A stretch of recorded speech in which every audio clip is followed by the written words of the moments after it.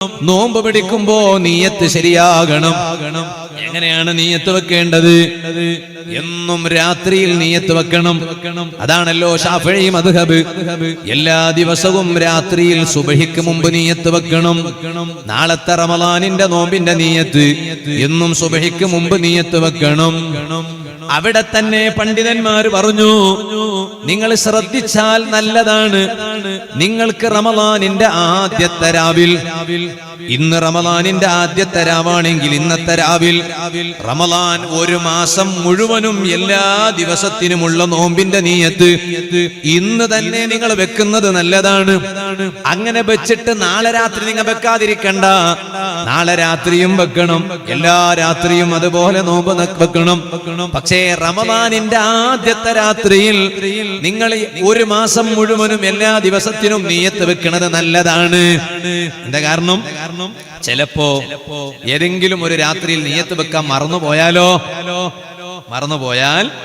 മാലിക്കി മദ്ഹബ് അനുസരിച്ച് റമളാനിന്റെ ആദ്യത്തെ രാവിൽ ഒരു മാസത്തിന് ഫുള്ളായി നീയത്ത് വെച്ചാൽ നോമ്പ് കിട്ടും എന്ന് മാലിക്കി മദ്ഹബിൽ ഉണ്ട്. അപ്പൊ ആ മദ്ഹബ് അനുസരിച്ച് നമുക്ക് നോമ്പ് കിട്ടാനാണ് അങ്ങനെ പറഞ്ഞു. അവിടെ തന്നെ പറയുന്നു, ഇനി എന്നും ഉച്ചക്ക് മുമ്പും നിങ്ങൾക്ക് വേണമെങ്കിൽ നീയത്ത് വെക്കാം. അതായത് എന്ന് പറഞ്ഞാല് രാത്രി വെക്കണ്ടെന്നല്ല, അത് വേണം. ഇനി ഏതെങ്കിലും ഒരു രാത്രിയിൽ നോമ്പ് മറന്നാൽ സുബഹിയുടെ തുടക്കത്തിൽ അപ്പം നീയത്ത് വെക്കാം. ഇന്നത്തെ നോമ്പ് ഞാൻ കരുതുന്നു. എന്താ കാരണം? അബൂ ഹനീഫ ഇമാം റളിയല്ലാഹു അൻഹുവിന്റെ മദ്ഹബ് അനുസരിച്ച് റമളാനിലെ നോമ്പിന് ഉച്ചയ്ക്ക് മുമ്പ് നിയത്ത് വെച്ചാൽ മതി എന്നുണ്ട്. അപ്പൊ അതനുസരിച്ച് നമുക്ക് നോമ്പ് കിട്ടാനാണ്.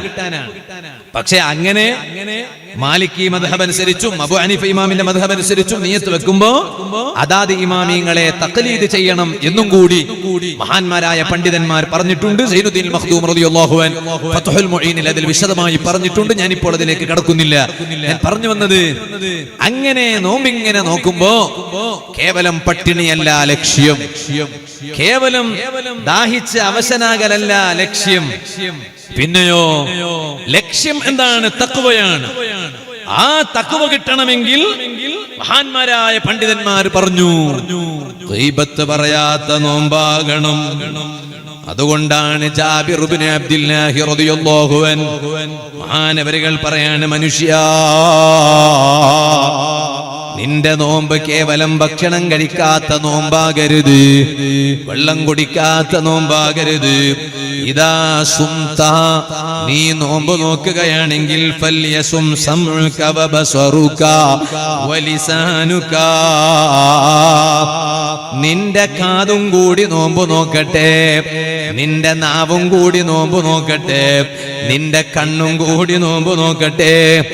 എന്തിനെ തൊട്ടാണ് കാതും കണ്ണും അതുപോലെ തന്നെ നാവും നോമ്പ് നോൽക്കേണ്ടത്?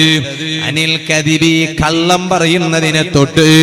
നോമ്പ് പിടിച്ചിട്ട് പച്ചക്കള്ളം പറഞ്ഞാൽ ആ നിന്റെ പട്ടിണിയുടെ കിടത്തോ സൃഷ്ടാവായ റബ്ബിന് ആവശ്യമില്ല കേട്ടോ. അതുകൊണ്ട് തന്നെ റമളാനിൽ പ്രത്യേകിച്ച് നുണ പറയരുത്, കള്ളം പറയരുത്. ബിസിനസ്സുകാര് ശ്രദ്ധിക്കണം, അതുപോലെ ജോലിക്ക് പോകുന്നവര് ശ്രദ്ധിക്കണം, ആരായാലും ശ്രദ്ധിക്കണം. റമളാനിൽ നോമ്പ് പിടിച്ചിട്ട് പ്രത്യേകിച്ച് കള്ളം പറയരുത്, ഒരു സമയത്തും കള്ളം പറയരുത്. റമളാനിൽ പ്രത്യേകിച്ച് കള്ളം പറയരുത്. അന്ന് നാവിനെ സൂക്ഷിക്കണം കള്ളം പറയുന്നതിനെ തൊട്ട്. ഇതുപോലെ വൽ മഹാരിമി, അതേ പടച്ച റബ്ബ് നിഷിദ്ധമാക്കിയതിൽ നിന്ന് അതേ കണ്ണിനെ റമളാനിൽ സൂക്ഷിക്കണോ, അതുപോലെ തന്നെ കാതിനെ സൂക്ഷിക്കണോ. കാതുകൊണ്ട് ഹറാം കേട്ടുകൂടാ, കാതുകൊണ്ട് ഹറാം കേട്ടുകൂടാ, കണ്ണുകൊണ്ട് ഹറാം കണ്ടുകൂടാ. അത് റമളാനിൽ നോമ്പ് പിടിച്ചിട്ട് തഖ്വ കിട്ടണമെങ്കിൽ ചിന്തിക്കേണ്ട കാര്യമാണ്. ഇത് പറഞ്ഞതിന് ശേഷം ജാബിർ ഇബ്നു അബ്ദുല്ലാഹി റളിയല്ലാഹു അൻഹു മഹാനവരുകൾ പറയാണ്, വദഅ അദൽ ജാർ, മനുഷ്യ, റമദാനിൽ നോമ്പ് പിടിച്ചിട്ട് അയൽവാസികളെ ബുദ്ധിമുട്ടിക്കുന്നത് സൂക്ഷിക്കണം. റമദാനിൽ പകൽ സമയം നോമ്പ് നോൽക്കുന്നു, രാത്രി തറാവീഹ് നിസ്കരിക്കുന്നു, എന്നിട്ടോ അയൽ വീട്ടുകാരനെ ശല്യം ചെയ്യുകയാണ്, അയൽവാസികളെ വേദനിപ്പിക്കുകയാണ്. വേണ്ട, റമദാനിൽ നോമ്പ് നോക്കിയിട്ട് അയൽവാസികളെ ശല്യം ചെയ്യാൻ പാടില്ല. ഇത് പ്രത്യേകം പറഞ്ഞതിന് ശേഷം ജാബിർ ഇബ്നു അബ്ദില്ലാഹി റളിയല്ലാഹു അൻഹു മഹാനവരികൾ പറയാണ്, വലാ തജ്അൽ യൗമ സൗമിക വയൗമ ഫിത്രിക സവാആ.